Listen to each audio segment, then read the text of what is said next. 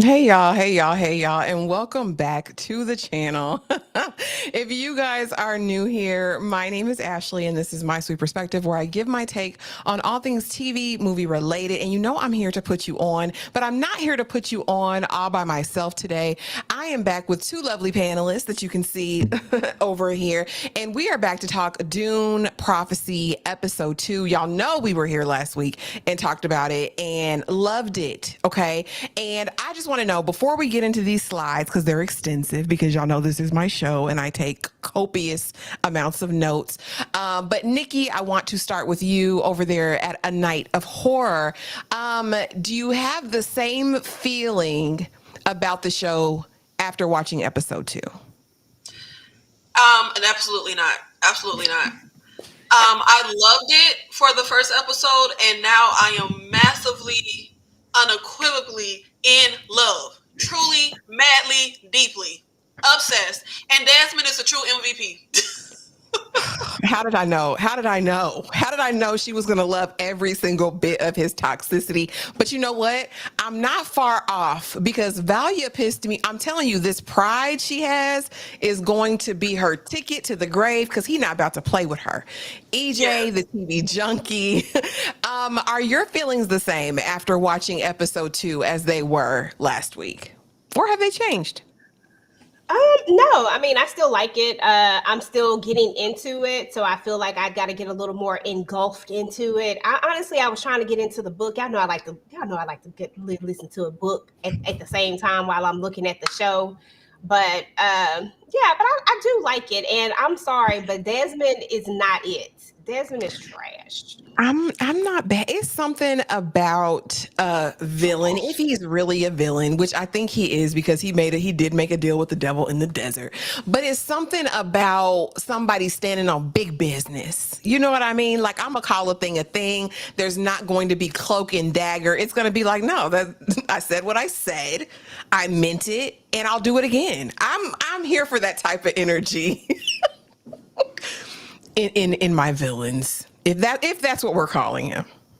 He's not a villain. He's a villain.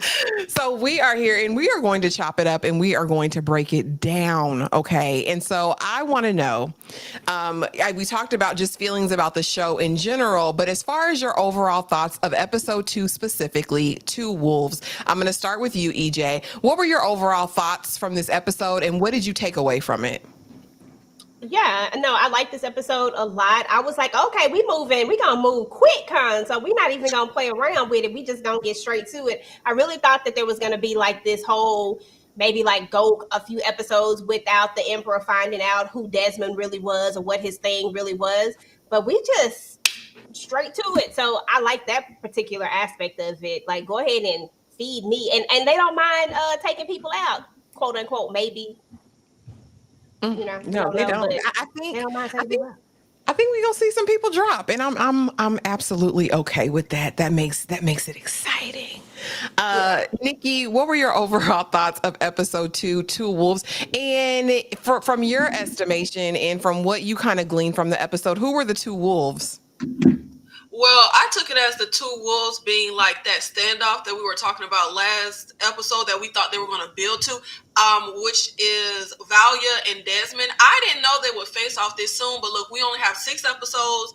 They're not playing games. They're getting to what needs to be gotten to, and I feel like they are the two wolves. That was like round 1 went to Desmond, but of course we're not done, and of course Valia got some stuff up her sleeve, and we don't know, she might win he won the battle, but we got to see who's going to win the war. And that was just battle 1.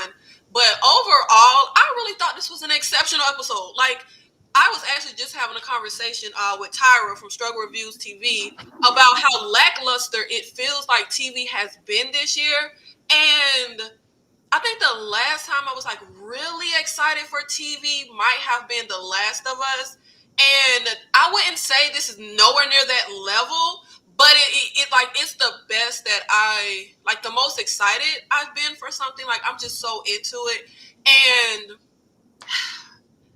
the Emperor, who I like to call King Viserys, Oh, he is weak as hell. Weak. The way he thought he bucked up this episode, but he's still letting somebody else be in his ear. But I love Desmond, and for me, I love how I don't think Desmond is a villain per se, okay? Because he said his number one like priority is the Imperium, and like you said, there's no cloak and dagger with Desmond. That's what I like about him. There are no pretense. There, like he is 100% real, honest, and that is what he doesn't like about the Sisterhood and Valia. They are about being sneaky, lying, deception. So to me, that don't make good guys, and being the honest one don't make you a villain. So I'm with Desmond. I'm for the Imperium. I don't even really know what that means, but I liken Desmond to, and I'm not. I mean, this is kind of far off. But as far as when you think of the original Game of Thrones, OG Game of Thrones, and you think about the spider, right?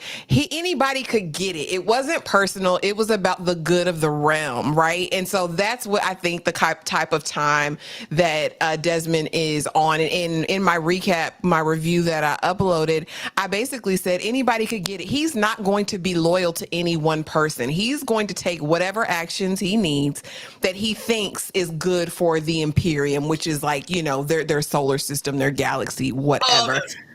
I'm fresh in the So, world of Dune. I mean, I got that. It meant like I was like, okay, he must mean like the kingdom, the world. But I'm like, okay, fuck. mhm. Yep, that's exactly what it is. So as the scene opens up, we meet a new sister. And I said, she must be the top doc, okay? Because they brought Tula back to the Sook school, I believe what it is. And this sounds like their medical school where they do like scientific discovery, whatever. They're doing an autopsy on Kasha. And poor Kasha, burnt from the inside out. We also hear talk from the Alkalites that this was an assassination.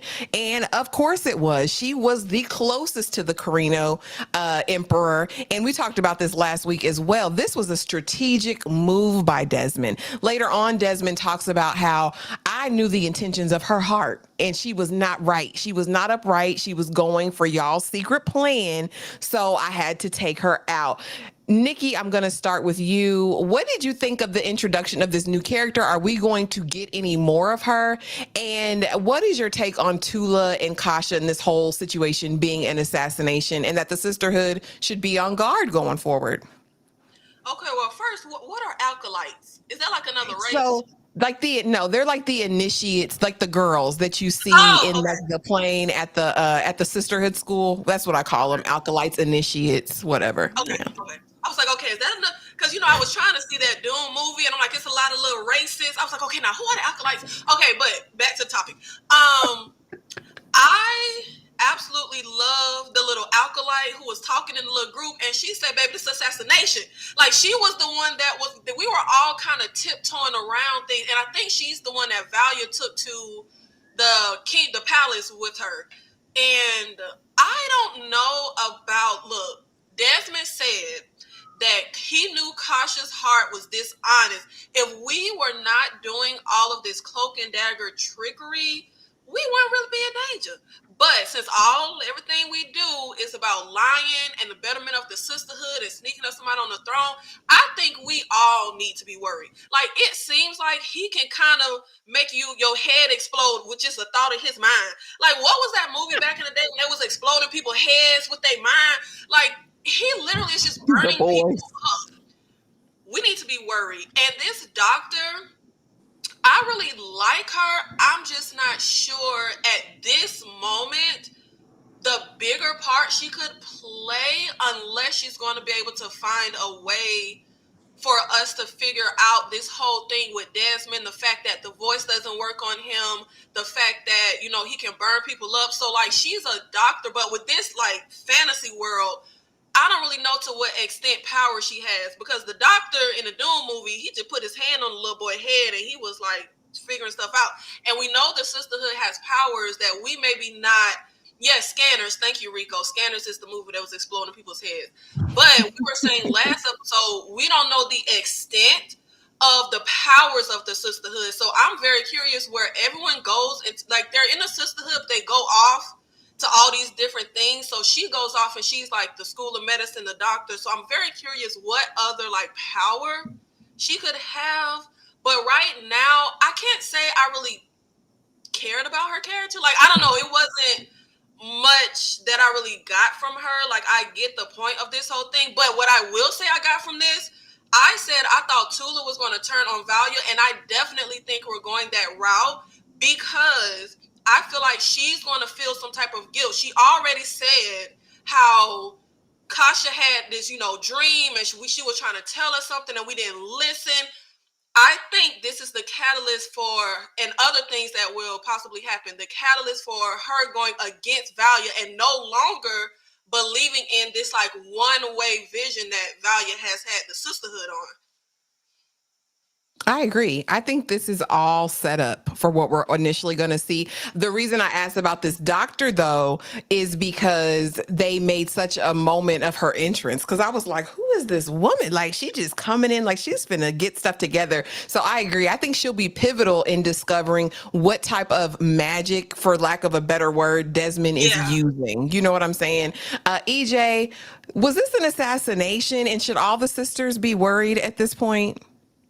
Definitely an assassination, and I do believe that everybody should be worried.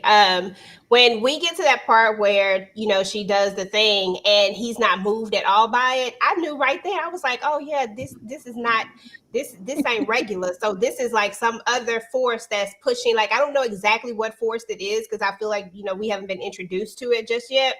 But I do feel like all of them should be worried. If he could come and get someone as powerful as Kasha, if he could do that from way across the world, because they in different worlds and stuff, if he can do that from there, just imagine what he can do. Like, I mean, I just feel like he can totally dismantle this whole thing. But because there is a plan in place, I don't think he's going to go like that. Like, I think he's going to go based on his plan, step by step. He's going to dismantle it little by little by little, piece by piece. He already started with the removal of Kasha.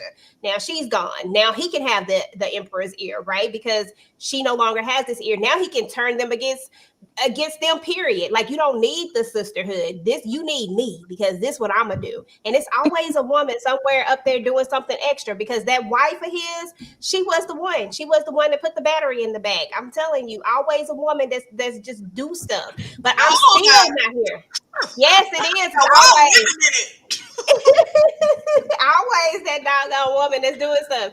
Listen, I really am not. I'm not on anybody's team just yet. I'm not for or against anybody yet. But Desmond, something ain't right with him.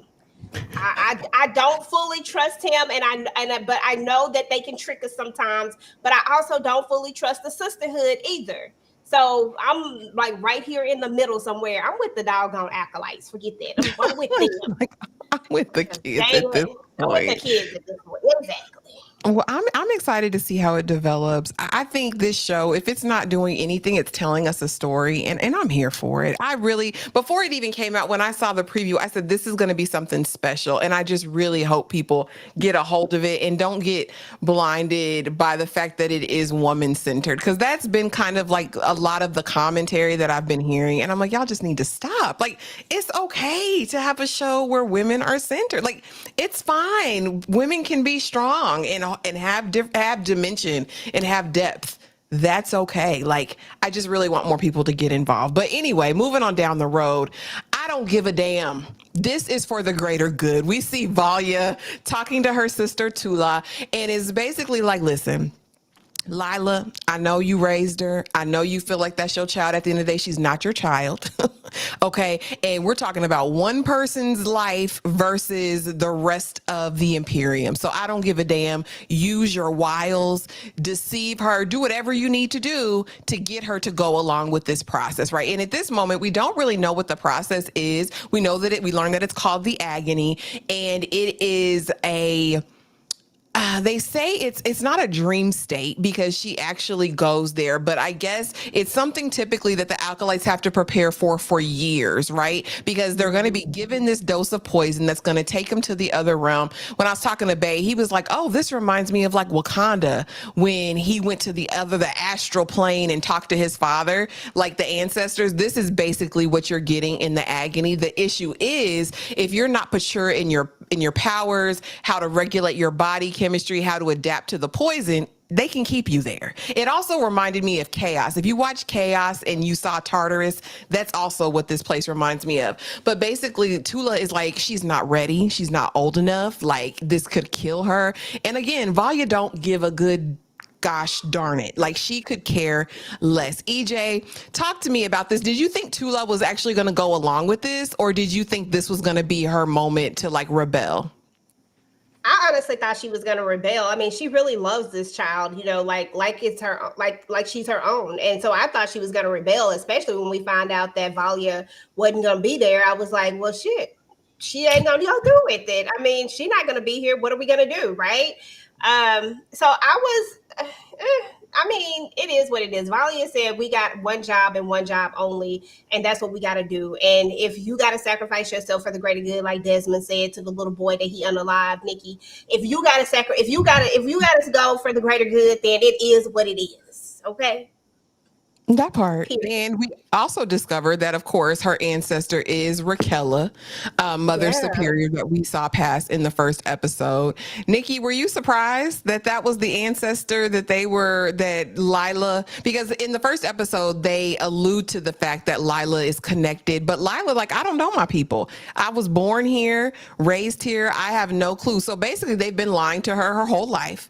And now I'm going to come out here and tell you that Raquella was your grandmother. Were you surprised? And did you think that Tula was going to rebel in this moment because of her love for Lila? First of all, EJ, why is Desmond in it? But you know what? I was most Making a point. upset of the fact that when we find out that her ancestor is Raquella, I was so mad at myself for not immediately thinking of Dorothea. That is what I was mad about, because I feel like I should have saw that coming. I was like, damn it, because we knew that that was her grandmother, Dorothea, and so when we found out, I'm like, why didn't I think of her? And you want to talk about villainy? I thought this was so evil. I'm gonna be honest. Like, I thought this was so evil to put that little girl through. Like, they say in here you have to go through years of training before you can go through the agony. And for a procedure or whatever you want to call it to be called the agony, baby, no. And I completely agree with the acolyte who was like, no, they're using you. And I always thought about what the acolyte said. They always say sisterhood above all, not you, not an individual sister, because I remember thinking that when she killed Dorothea, like, how are you saying sisterhood above all, but you just killed the sister?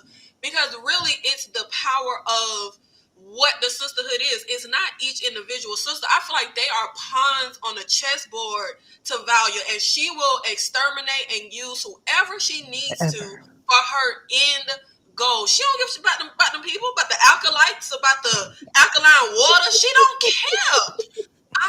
I really truly, like, this actress did good, because I honestly felt like my heart was hurting for her in the moment, the way she was screaming. And even the people looking down were like freaked out at the way she was reacting. It was so sad. But I will say, I was a little thrown off, because was Lila dead at the end? That kind of threw me off. Dead as a doornail, and we're gonna get to it. She looked dead. I said, did baby die? But then I was also confused, because when she's about to go under, Tula says this is a poison with no antidote. So I'm like, wait, so is she giving her life to do this? Like, do you die to do this? But yeah, I guess a mother's love ain't that damn strong, because I thought that Tuya would not put this girl through that, especially when the lady comes and she's like, you could tell Valia she don't have to send her spies. I thought she was not going to go through with it, but I'm glad she went through with it, because like I said earlier, I think this is a catalyst for her going against her sister. But I feel like it would be unrealistic for her to go against her sister just yet. I think there will be stepping stones, because she's followed her sister. I mean, since she told her sister, let's both come to the sister, like, she's been following her sister basically her whole life. I think it will take a lot for her to go again. I think she looks up to her sister. She craves her sister's respect. She believes in her. So I think it takes a lot. You're basically, if Tuya goes against Valia, it's basically, to me, the equivalent of somebody kind of going against their religion and everything they believe in. Like, she believes in this and she believes in Valia. But it looked like a horror movie. When she went into the little afterlife and you saw them shadowy, baby, the way I would have said, pull me out. Pull me out. Like, so creepy. But We'll get to it, but I have a whole theory about what could have happened in there. But listen, we don't. Look, and I feel like honestly, that little baby was unprepared for what she was about to go through. Like I Absolutely. thought this whole thing was extremely evil and using that little girl. And I kind of feel like, babe, what was the point? Because what did y'all get? Like, what did y'all really get from She that? gotta grow up sometime. That cryptic ass message. EJ, now she got to grow up sometime. I just feel like she had no clue what she was walking into. It was definitely a setup. And with the prompt, well, we'll get to it. We'll get to it. I think it's in the next slide or the slide after that. But meanwhile, while she sends Tula with the orders, and she's just so confident because I'm that girl, and if I tell you to do something, you're going to do it. Tula. She goes and she takes Theodosia with her. And now we meet Theodosia very briefly in episode 1, but according to Valia, she is one of the strongest acolytes, right? That is there. But when she's chosen, she's surprised because she says, I'm about that thing. And so I want to know from you, Nikki, what is this thing with Theodosia? And are we going to see her more and more? Because I was like, interesting choice, because I don't think this is her favorite acolyte. And then what is this thing? Like, what is this thing that they didn't get into in the episode with Theodosia? When I tell you, I have to ask y'all a lot of questions. Because this ain't I don't even know how you know the little black girl name. I don't know her name. It's too much with all these little, and they got some, you cannot talk about black people in our names because these names on this show is a lot. But, baby, I was going to ask y'all because they made it sound so like kind of, I don't know, cloaked. And I want to say a little, I was like, wait, what's with her? And when Valia goes to say, like if I had another choice, I'm like, wait, what? I don't have a damn clue. I want to know. Like I'm curious. I think she had a relationship with one of them girls in there. I think that's against the Sisterhood rules. But see, and I was just gonna say, like, this is like a. Okay, now don't let me sound stupid. Are we in the past or the future? We in the future, right? Like we're this in is the future. Like a future world. Like, baby, we can't be gay in the future either. Like, I just can't fathom that would be an issue. Like, we can't do that. Ain't no. It might not be the issue of being gay, but maybe you can't mess with the sisters. You know what I'm saying? Well, ain't nobody else here. I ain't got no other options. It could be like the nunnery, like you take a vow of whatever. We don't really know much about their ways. Celibacy. I don't know, because the little girls didn't sound like it when they was talking. Remember, they didn't sound like it when the prince came in. That girl said, "I love a man with nothing to do with idle hands" or something like that.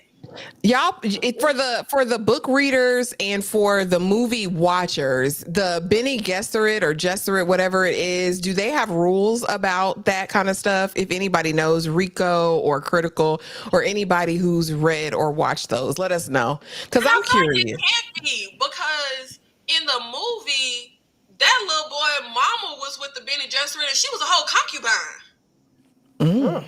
So I don't think they take a vow. I just feel like it has to be something bigger than like something sexual. I don't know. That feels so small. When she says, "But you know my circumstance," I don't think you hunting on people with your circumstance.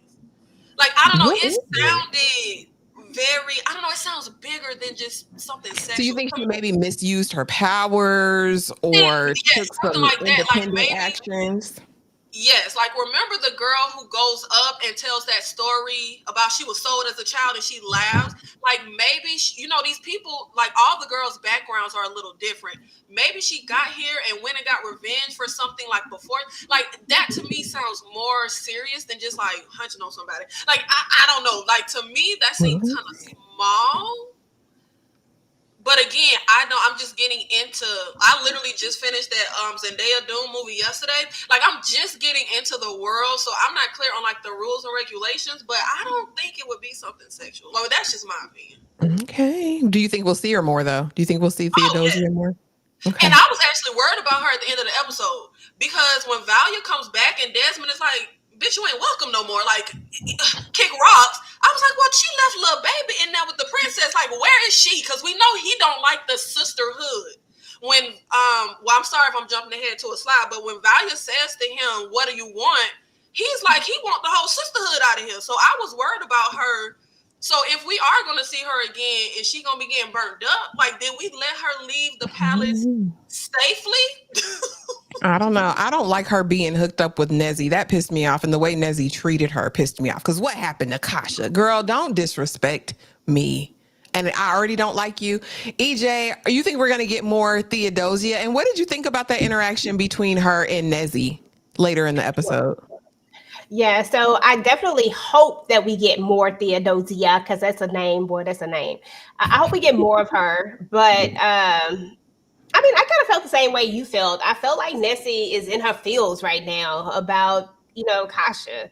And so she just kind of coming at whoever the way, that's how I took it. Because I actually low key like the princess, y'all. So I got to find a way to cape for her just a little bit. Maybe that's why she was feeling that way. Maybe that's why she did what she did. But I am intrigued about the character Theodosia. I want to know more about her from the very first moment that I saw her, even though she didn't have a lot going on. But when I went and looked at when we were looking at like each characters and stuff like that, I was like, this might be a character that might be worth exploring. Like, I really want to know a little bit more about her. And then when they said that cryptic stuff in this episode, all it did was intrigue me more. I was like, okay, what happened? I need to know. And easing on down the road, we see Why is Kieran this man on the Atreides screen? because he was a part of this episode. And I mean, I knew we couldn't trust him. I just didn't know for what reasons. But I still don't like Nezzy. Actually, I dislike her even more. Like I said, because don't play on my good sis's top. Don't do any of the sort. I don't care about these dry relations that these two have. I just put this slide in for continuity and posterity. What I really wanted to talk about though was, hold on. There we go. Kieran Atreides is a double agent. I'm actually proud of them. I was like, oh, you might have a little depth here, sir, because he's apparently still in secret. Looked like he was still on a thumb drive. Goes back to the bar. I was completely wrong. He wasn't smashing my good sis with the blue eyes. He wasn't smashing. He's actually a double agent. He is a part of the rebellion because he is a descendant of Vorian Atreides, and he's here to get his name back. He here to run the Imperium. And I said, well, at least you have a mission. I don't know if it's the casting or the way these actors are written, but he does nothing to move me. Like him, Nezzy, Constantine, they could all kick rocks. I don't feel one way. I feel just ambiguous about each of them. EJ, talk to me about Kieran Atreides. Were you surprised he was a double agent? I wouldn't say surprise per se, but I was happy. But I wouldn't say completely surprised because I just knew there was something off with him. I just didn't know exactly what it was, but I knew there was something. But I like the fact that he's a double agent, and actually, quite frankly, on this episode, when I found out that he was a double agent, I actually low key started liking him a little more. I was like, okay, I They gave him actually a personality. yeah, I was like, I actually like you, and I don't appreciate you just going to skip that slide about Nancy like We'll that. go back. We can go back, I guess, if you want to. You want to talk about it here? I'm sorry. Listen, I wanted to all get to I'm the saying point. is, all I'm saying is that listen. I didn't have a lot to say about it. All I'm saying is that I like her. Okay, and I don't think we should be sleeping on her just yet. I think that this is going to be a character that is going to grow on us, and I like her and Atreides together. So don't be sleeping on her. Let's just give her a little Mhm. more time. Let's give her a little more time. Okay. You want to talk about this, Nikki, at all here? If they don't stop showing this little toddler playing with them swords, I cannot take it. Every time, I don't know if HBO didn't have no kind of training camp for this girl, but she can't even hold the sword. Her fiddling around with that sword, it just looks so like it's. I don't believe you. Like, you know how you see an actor in a role and you just believe them. I don't believe her when her sword fighting, like her, it looks terrible. But I'm not really a Nezzy fan. Like, I like that she went to the freak off club. That won her a lot of points with me. But outside of that, I don't really care for her. But I will say I didn't feel any type of way about how she went at old girl, because I actually thought the way the girl was talking to her was crazy, because the person who has kind of raised me, the person I've been close to, was just murdered, and you talking to me about the classes we gonna take? I thought that was weird. Like, don't talk to me about the classes we gonna take and you gonna be my roommate. I don't care about that. I was completely on board with her saying, no, tell me what happened to Kasha. Like, that's what's important to me right now. Yes, I said, take me away from here and I want to go to the school, but I thought it was odd that I'm mourning someone and you're talking to me about classes. But when it comes to this actor and his character, I don't think there's a problem with the actor, if I'm honest, with this guy, this Atreides. I think the issue is carrying Atreides. I think the issue is we have such like massively dynamic and interesting characters here that in the mix of that, characters like him and Constantine, it's kind of like you just want to flick them off the board. And I don't think it's the actors. I think it's just because we have much more interesting characters to focus on that are engaging. Like, I feel like even if you don't like Valia, even if you don't like Desmond, they're still such an engaging and dynamic part that putting Constantine and Atreides next to them, it just, I don't know. I think something just fizzles with them, but I don't think it's the actors. I think they're competent with what they're given to do. But let's be honest, him and Constantine aren't really given a lot to do. When I saw that he was a double agent, I got a little respect for him. I did. I got a little respect for him. I said, okay, you're doing well, but I don't know if, hunching on the princess was part of the deal. You could have just came being a sword master. But I think a problem is going to come to play. I think he is really having feelings for that princess.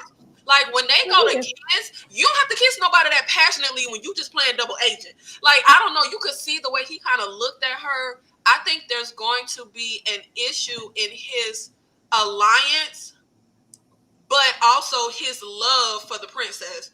But I need to understand, because when he goes with the black lady and everybody in that bar, and we find out that he, is this agent, they're talking about the great houses controlling spice. What is this spice? Like, I'm like, spice is dope. But basically, you hear it. You hear it when Constantine actually does something worth doing in this episode, and I actually have a slide for that. But when he's talking to Rachese's daughter, she's like basically.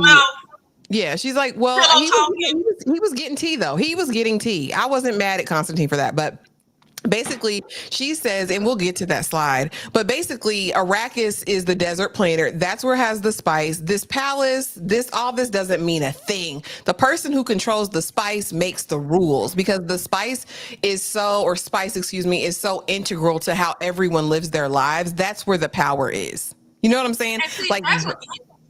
And that's why I was so confused, because in Zendaya's movie, Zendaya and her people are indigenous to that planet, right?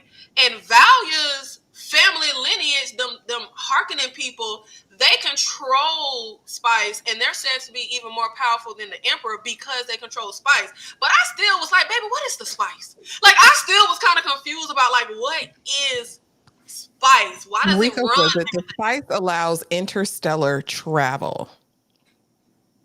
So it's like gas.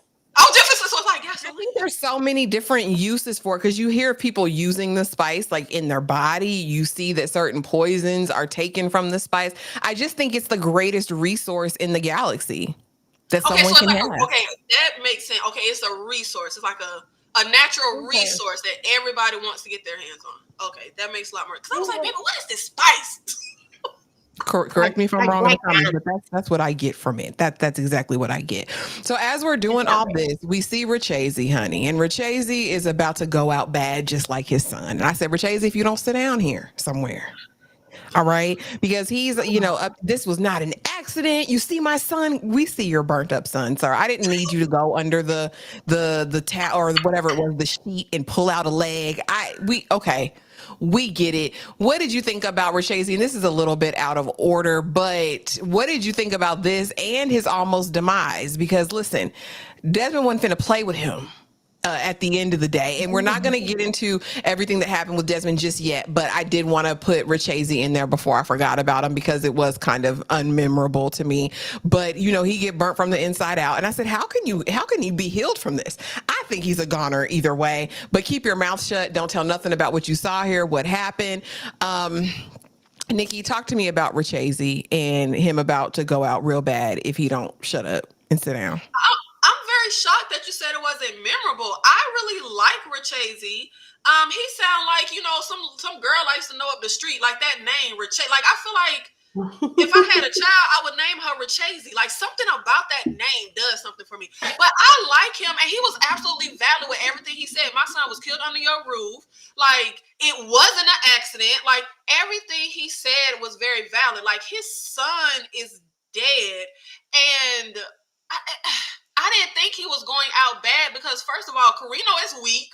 Okay, like, who would not talk to him like this? We don't know that he got the Scorpion King with him that's about to, burn me up. So I don't think he was like going out bad. And I think he probably gonna come back even harder. Like, I don't think he is the type that is going to just fold. So, and I was about to be upset because I was like, are they finna kill Richese off already? I thought if they were going to kill him off, it would have been a little premature. So I'm glad we didn't do that. But I am curious, if you told me to keep my mouth shut and everybody see me burnt up, the hell am I supposed to tell people? Like, so I was very confused about that. But I like Richese, and I actually think Carino was in the wrong. When we see Richese twice, before he gets burned, it's because we are at his son's funeral, and the Emperor wasn't even there. I thought that was extremely, massively disrespectful. Like, my son was killed under your roof. How dare you not at least have the decency to show up to the funeral? And I remember thinking, what the hell is the Emperor doing that he's not here? It better be something important. Nah, he was just talking to Desmond. I'm like, I really thought that was massively disrespectful, especially for someone who needs his fleet and like needed this whole thing for what, the war with somebody, child. He needed that fleet. But I thought Richese was absolutely in the right. Because how dare you not at least be here to stand in front of me at my son's funeral when my son died under your roof? I thought Richese was absolutely in the right for me. I don't think he was wrong, but I do think he's about to get burnt up if he didn't lower his voice and tone and change that around. He could have been justified, but I think if he wouldn't have said the word, Desmond would have incinerated him from the inside out, and he would have been laying up on the table just like little Pruey was. And Richese has ulterior motives too. You know what I mean? Yeah. I think everybody is after something, but at least he has the courage of his convictions. And you're right, Carino is weak-willed, so that's why I'm like, if it weren't for Desmond, who wouldn't talk to Carino this way? Like who wouldn't? Like, why wouldn't? Because let's be honest, from episode 1, Richese to me is much more of like, not to say he's a good man, because like you said, we know there's something sinister with him, but he is a lot more like strong than Viserys II, like than Carino. Like, why would I not kind of buck up on Carino? I don't know that he got a sorcerer with him. So why would not? I mean, you would. I'm saying all about your child. EJ, what did you think about the whole Richese moments? What did you think about him being almost burnt up from the inside out? And was he justified? Well, first and foremost, may little Pruitt rest in peace, little Charlie, because he's a goner. But no, seriously though, Richese had every right to come at Carino the way that he came at him. I mean, it was, at the end of the day, my child was in your place. He was here. You were supposed to protect him. I mean, this is the Emperor, for crying out loud. You are the man, for crying out loud. You're supposed to have like the top security. There's no way that something should happen like this under your watch. So I understand all his energy and why he was doing it, but he was about to get fried and diced to the side. That was about to happen. But that just brings me back to Desmond again. Like, why? What are we doing? Like, you can't even control yourself. Like, you see what I'm saying? Like I don't understand. Like, you come through. Richese has every reason to feel the way that he feels. Carino, he is weak. He is super, super weak. You got to bring Desmond out here, your little henchman, to come out here and do his thing. And then you can't even control it to the point where we're about to have another body. Then it's gonna look real suspicious. Like, come on, Desmond, do better. That's all I'm saying. Do better. Meanwhile, back at the Sisterhood headquarters, Tula, you don't love Lila. This was low down, y'all. This was terrible. Telling this baby who never had a home, a family, anything that, oh, if you do this, if you go through the agony, you could see your mama. You could meet your mama for the first time. What kind of witchcraft and wizardry and deception was this, Tula? I hated this, and I had hope for Tula. But in my mind, if she's willing to do this to a girl that she raised from a baby, watched her grow, has been teaching her. You know, they even have a moment, you know, I've wanted to call you my mom. Tula's like, I have a secret, you know, I feel the same way. And then you basically lie to this baby's face. Because when she get down there, they say, your mama ain't down here. EJ, talk to me about this moment and her really tricking Lila into this. Okay, so first and foremost, y'all know how I feel about the greater good, right? And I feel like sometimes people gotta go for the greater good. Some stuff just have to happen. Now, was Tula wrong for this? She was absolutely wrong for this.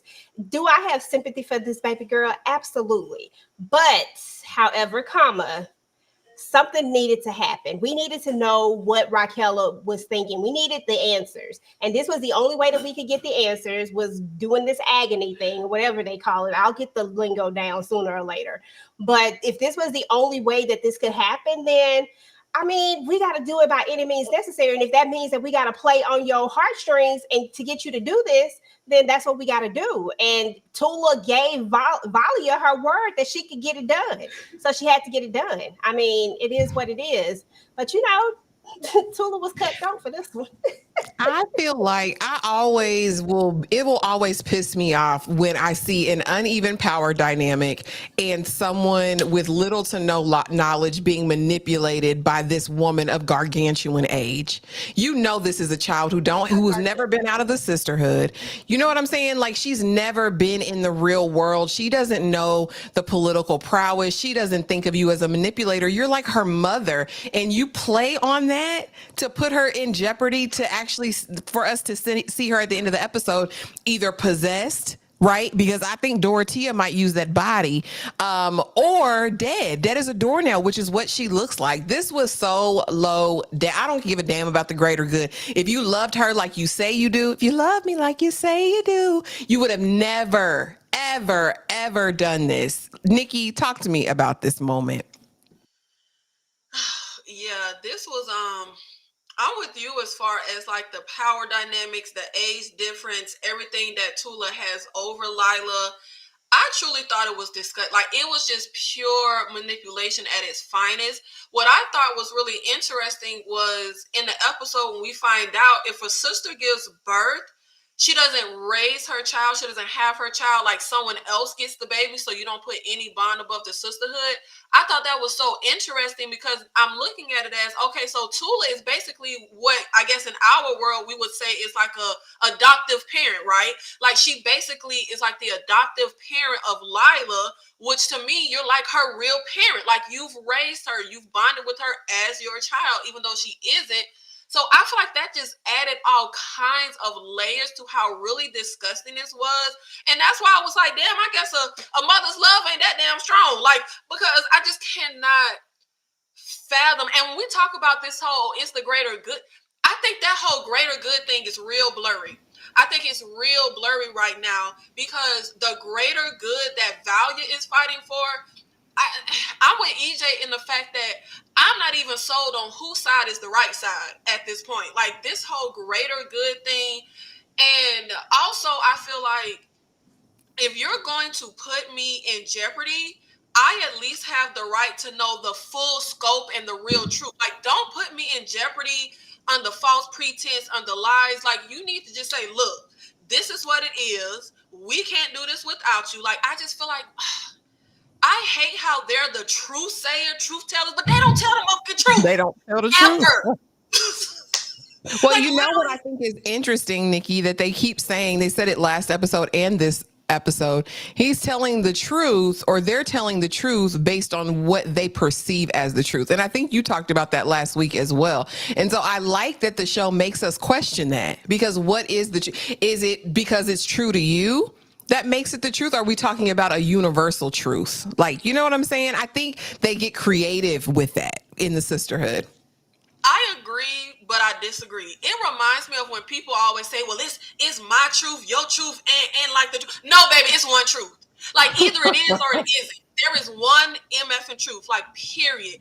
And I get when the show is, when, like, someone goes to say something. Desmond, I think Desmond was the one who did it twice. I think it was Valia, and then it was Kasha, who was like, yes, it's the truth, or he believes it's the truth. I get that. It's kind of like on Seinfeld. When George is the master liar and he trying to tell Jerry how to pass the lie detector test. He's like, it's not a lie if you believe it's true. Yes, I get that that's kind of the thread of the show is they're truth sayers and they're reading if people lie. But if you believe it, it's not a lie. But baby, a lie is a lie and the truth is the truth. Like, there is only one. Well, we know that, Nikki, but do they know? The Sisterhood seems like they package. Yes. But the Sisterhood seems like they package it in such a way that that's how they can navigate freely in their truth.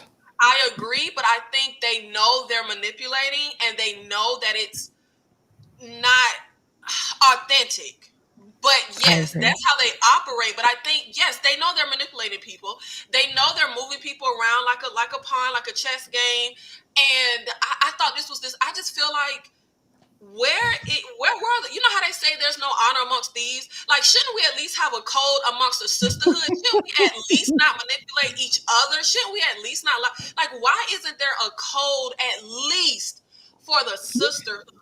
You know they got a writ somewhere. You know they got a holy writ, some sort of rules. Every order does. We just ain't seen it yet because Valia makes the rules. Okay, yeah, but the rules as Valia sees it. Now we are back on Seleucus Secundus and Constantine. He does like coochie, y'all. That was one of the conversations that we had last week. We said, listen, do he want? I thought he was gonna have him a little boyfriend somewhere. Is what I thought as well. The show ain't over. But apparently, listen, he was in that box. She said, "No, baby." He could be in the boy next week. We don't know. He could. Hey. The season is still young. We got 4 more episodes. But in this, I was here for Constantine. But we also discover in this moment that Constantine has daddy issues. I just want to be seen, loved, respected by my father. I want him to hear me. And so he's here. I think he feels like he's doing a reconnaissance mission because he's like, oh, so, we're in the palace. Your dad's upset. What he's going to pull his fleet. He's going to do X, Y, or Z. She's like, you really think my daddy talks to me? I can tell you one thing, that it ain't about this damn palace. It ain't really about the Imperium. It is about who controls the spice, right? And so I think he is going to, in some way, package this information to present to his daddy so he can be seen. I'm really over this trope in a lot of these fantasy stories, in a lot of stories, period, where the son isn't seen. Like, oh, it's all about my sister Nezzy. My father doesn't listen to me. I really could care less, honestly, Constantine. I thought you were going to be interesting, and then you just turning out to be, I thought in this moment you were going to be interesting, but I was wrong. Nikki, talk to me about Constantine and him liking coochie and maybe getting some useful information from Marchese's daughter. Well, first of all, Ashley, who thought Constantine was going to be interesting?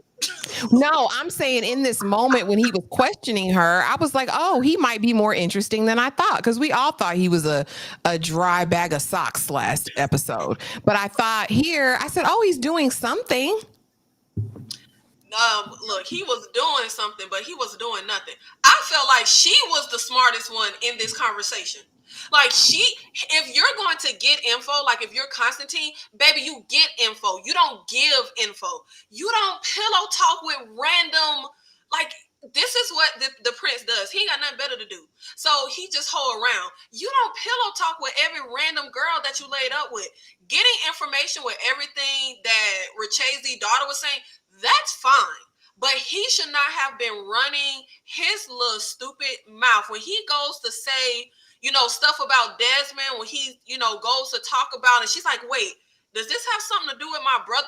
That irked me. That irked me so bad, because why are you running your mouth at all to say, oh, he's from Arrakis, the man my father had taken into custody. He thinks I don't see anything. This why your father don't do nothing for you now. because you do stupid stuff like this. And I don't think he's really going to have a chance to tell his father anything, because when they're in that room together and her father is there and he's like, your son, was running his mouth, the way his daddy looked over there, like, you little bastard child. Like, really?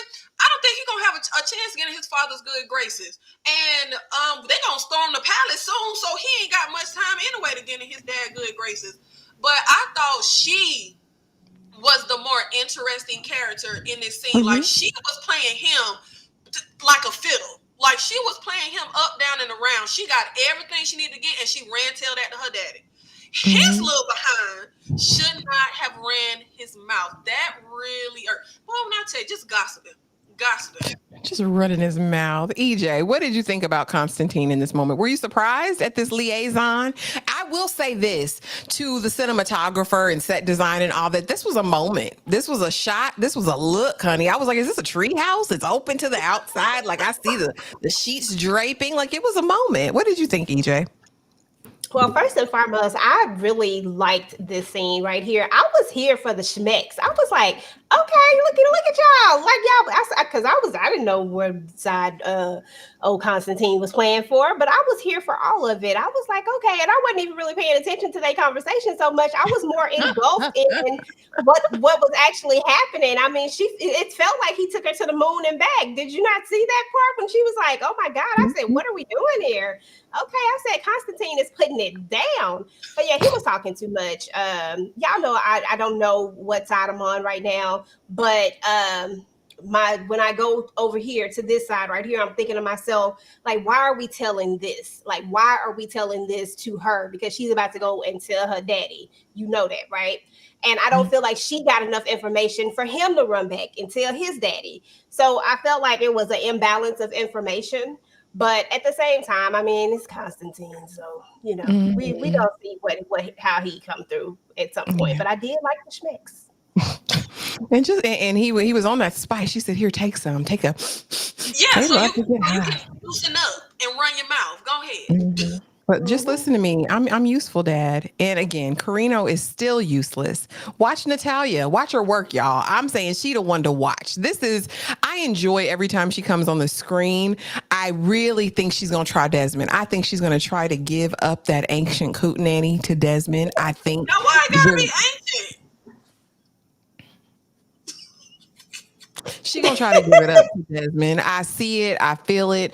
Because basically, Carino is still weak-willed. He still don't know which way to go. He done arrested Desmond, and she's like, "Why would you arrest? Hold on, he's doing our bidding. Like, why are we gonna try to make a enemy of our friend? He's doing us a favor. Let's use him again." Without a strong woman by his side, Carino is useless. At this point, he's a puppet. He is a figurehead, which anybody can pull his strings at any given point. Ultimately, Desmond will probably get rid of Natalia once her allegiance shift. But for now, it's up and it's stuck. She's like, oh, we're going to ride with Desmond because he's going to get the job done. She likes the power. I think it turns her on. Like, I think when he was incinerating that man, she was like, oh, is this what you do, Desmond? Like, I think she loves every bit of it. And Carino gonna listen to what she says. EJ, talk to me about this moment. And what do you think of Carino after watching episode 2?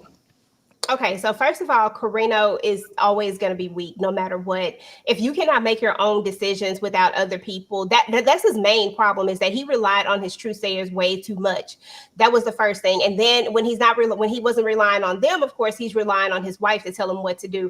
As a leader, you have to be able to it's okay to consult people. I mean, I would be crazy if I said that people shouldn't consult other people, because there might be some information they got that you might not have.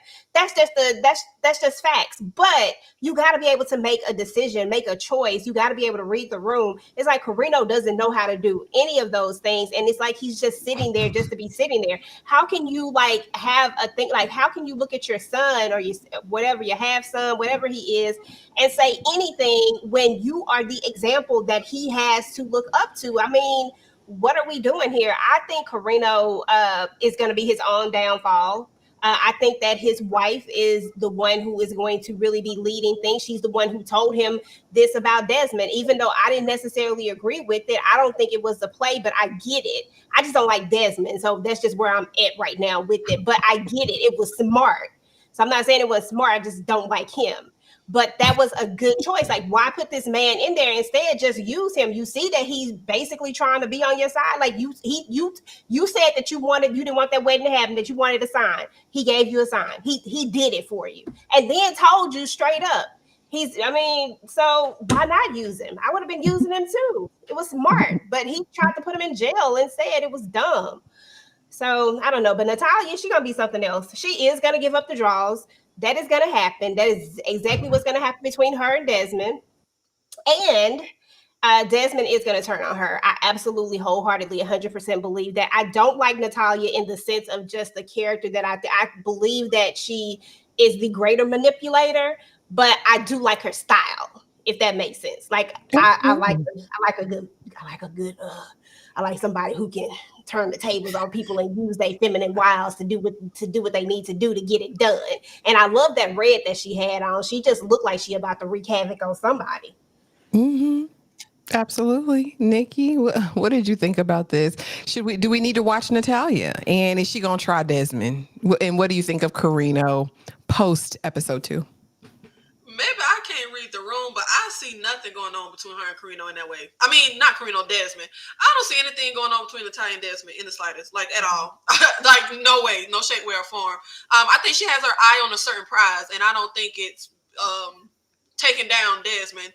But I mean, Carino weak, so of course his offspring weak, his son weak. But I actually, as much as I like Desmond, I disagree that this was smart.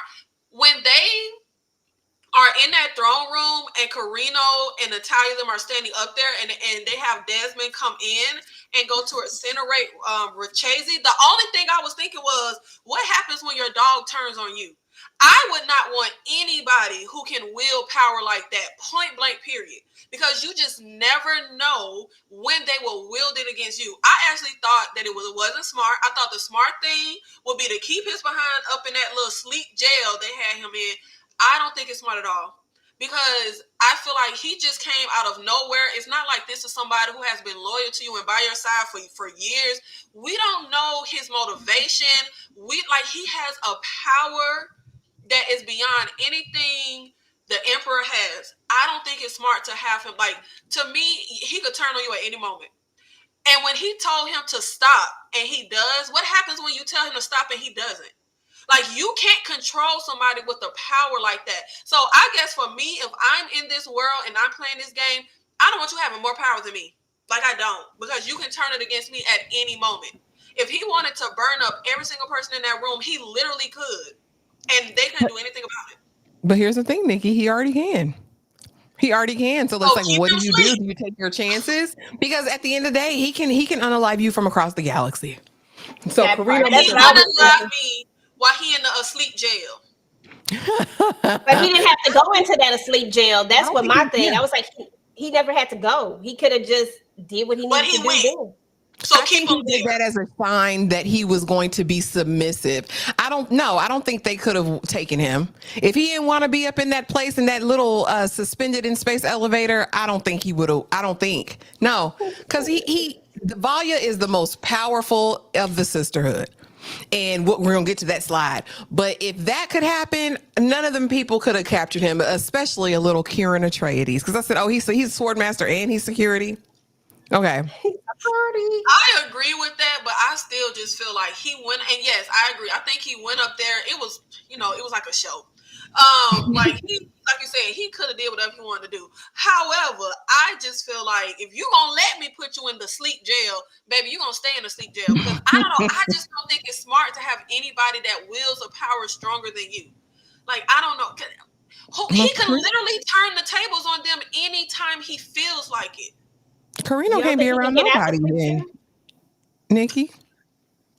Everybody's smarter and stronger than him. But they can't get out of sleep jail. To be honest, I think he could really get out of that if he really wanted to. Like, I think that he's that powerful that it was just all a manipulation. Like, I'm gonna go in here knowing that technically I don't have to be in here if I don't want to, and I could get out of this if I want to, but I'm gonna let you feel like you got the power in this situation. I'm gonna let you choose me. I think that that's really where Desmond was with it. You think Desmond can burn them up from the sleep jail? I think Yeah, I don't so. think he had to be in there. I don't think it even has to make him sleep. Yeah, because I feel like what EJ just said is 100% spot on. I think the sisterhood played it wrong. When Valia finally gets the idea that having him weak doesn't work for them, because anybody can come in. Because if you leave somebody weak, you're not the only person that can manipulate them. And she goes to say we have to empower him. I think that's what Desmond did. That's why he went in that sleep jail. He wanted the Emperor to feel like he has power and control. So I get that part. I'm just like, child, if he can't incinerate me from his sleep, we just need to do something. Like I love Desmond, but because I love Desmond, but I'm talking as if I'm the Emperor and his family, baby, get him the hell up out of here. Like I don't like having him around if I'm the Emperor, because you could do anything you want to me. Like literally, like it's like you have yeah, he's all powerful and you're not. So what? He can squish you like a little ant. I don't like that. Back at the ranch, Lila's in for it. Lila dead as a doornail. So basically, she goes down there in the agony. She takes the poison. She goes down there. She's adapting. She bumps into Raquella, who we think, and we get the prophecy. Someone twice born, one of spice and one of blood. Right. Hold on. I don't even have my notebook. But anyway, it's a cryptic prophecy basically talking about the reckoning is coming. And basically, the reckoning is him, a revenant full of scars, out for war, but his path is too short. Right. That's all we get from Raquella. Then she morphs into damn Dorothea, who comes into Lila, comes and tells Tula, you took my life away. Short. I'm gonna take away your hope. Okay. Next thing we see, the demons are grabbing Lila down there. She got her hemped up. Her mama's not. She goes, "Where's my mom?" Your mama ain't here, Buki. Which makes me know that Lila's mama's still alive somewhere in the galaxy. We just don't know. Knowing Valia, she got her locked up in a dungeon somewhere. Listen, that's what I believe. But when we come back, I really thought Dorothea was going to take over Lila's body. Like, I literally still think that's a possibility of happening if Lila's not dead, because the way she looks on that table is dead as a doornail. Who went last? Nikki. What did you think of this whole moment? And is Lila dead? Yeah, I will say that was the part that I was a little confused about at the end, because baby looked dead. Baby looked dead, and I was like, is she? But I feel like I will be so upset if this is like the end of Lila, whether she is dead or whether she is just possessed by Dorothea, because she felt like such a smart, like it felt like she was going to be a force to be reckoned with once she got older. Like, I really liked this character, and I felt like she had a lot to offer. But baby, when I tell you, the highlight of the episode for me was Dorothea coming out like, you stole my future, now I'm taking your hope. Like, I love that so much. I already said when we covered the first episode that I actually really liked Dorothea, and I really liked that she stood on business with what she believed. Like, what she believed, what Valia believes is two polar opposites. But I love that she was like, you know what? I'm going to stand in what I think, and I will never, bend to you or bow to you. I love that.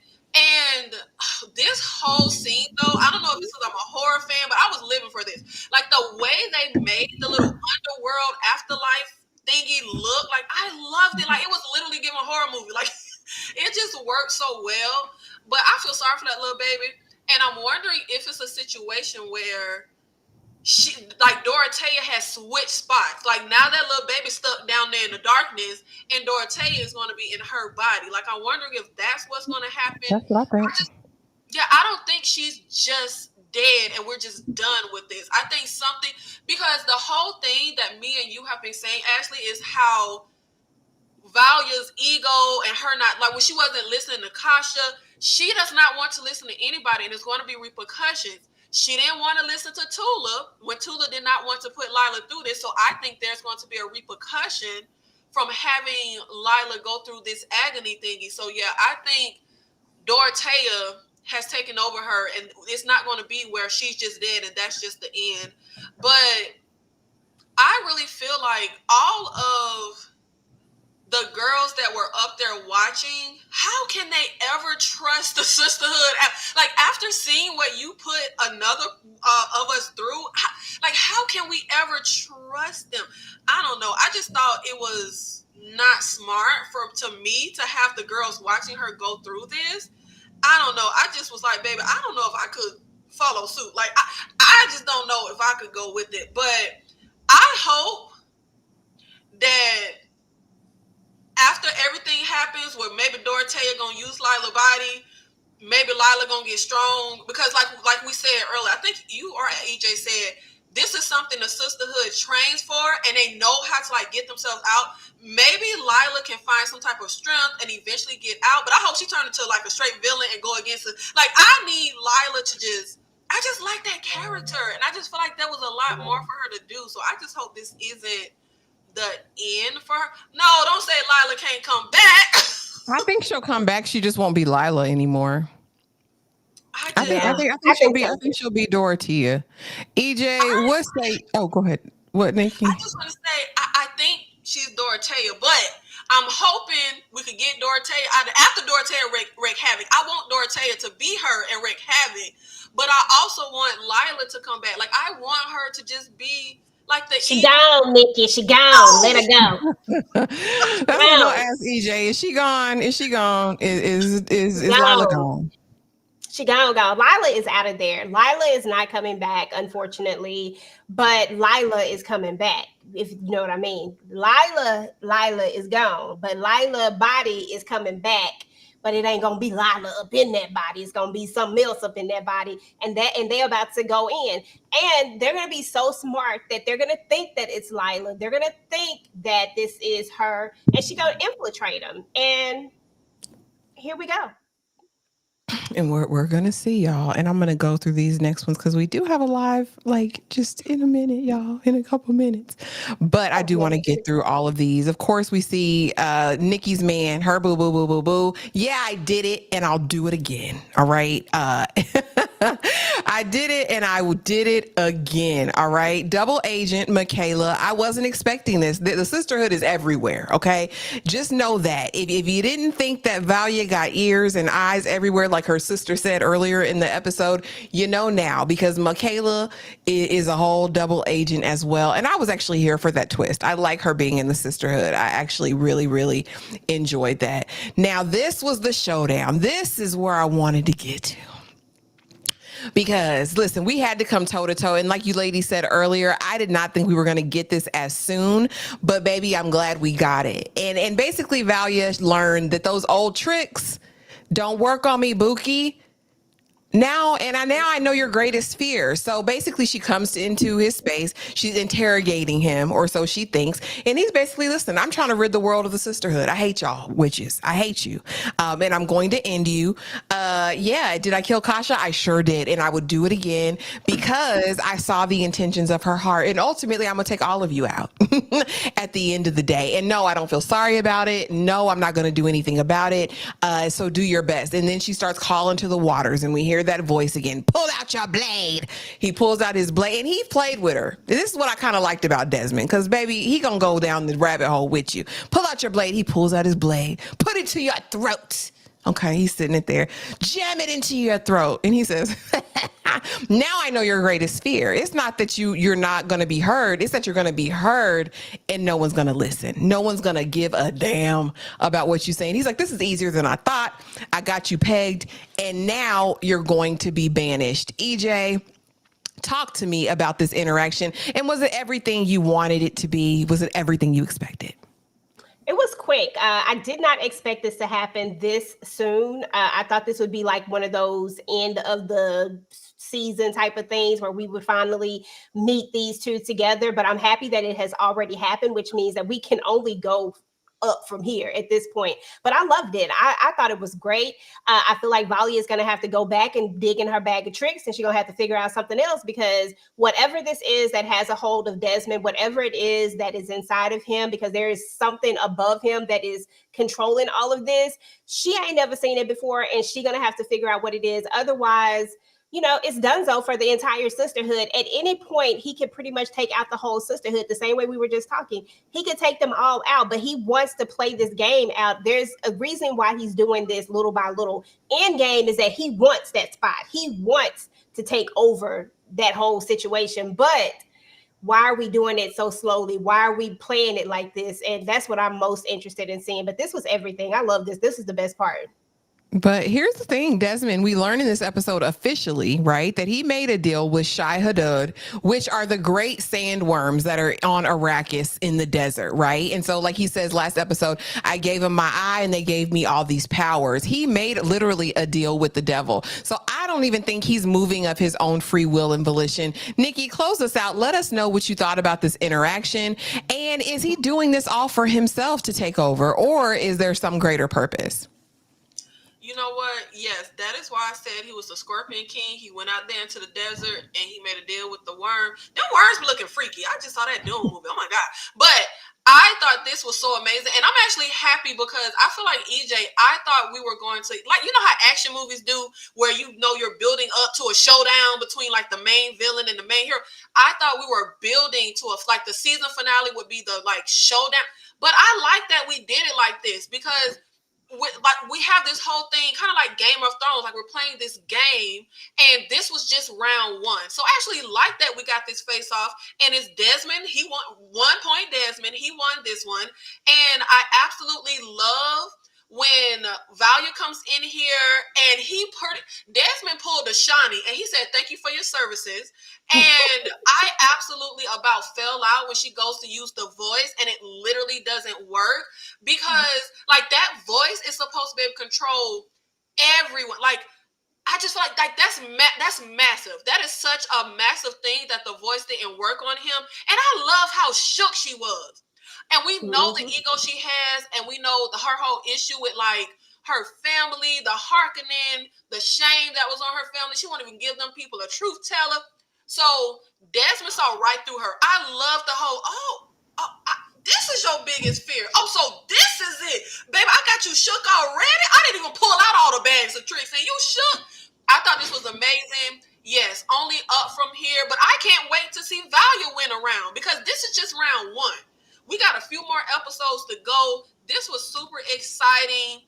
I can't wait to see what Valia like goes to muster up. What she gonna put somebody else in the underworld. I don't know. She's gonna try to pull something out, and I'm super excited to see what she does.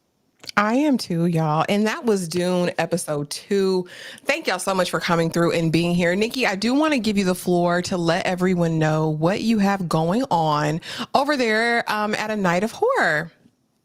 Yes, I am Nikki. My channel is A Night of Horror with the K. I cover horror movies. I actually have a huge tier list ranking where it will be massive, like ranking a bunch of horror monsters, villains, creatures. I am also covering Silo and a bunch of other fun things. So, I can't think right now. My brain is fried. But a lot of movies, a lot of TV shows, mostly horror, but I do dabble into other genres and TV shows as well. And of course, I will be here every Wednesday with the ladies. But look, don't expect me to be nowhere at the same time except for these women on Wednesday. Okay. Thank you so much. Me and EJ will see you guys in the Married at First Sight live starting now. I'm going to hop over there and we will give you the full schedule. Nikki, thank you for putting us on the schedule, friend. Thank you for actually keeping to a schedule to cover Dune with us. You know how I love this show. It already holds a special place in my heart, and I'm so glad you are here for it as well. Thank you, EJ, for being here. And you guys hop on over to Married at First Sight if you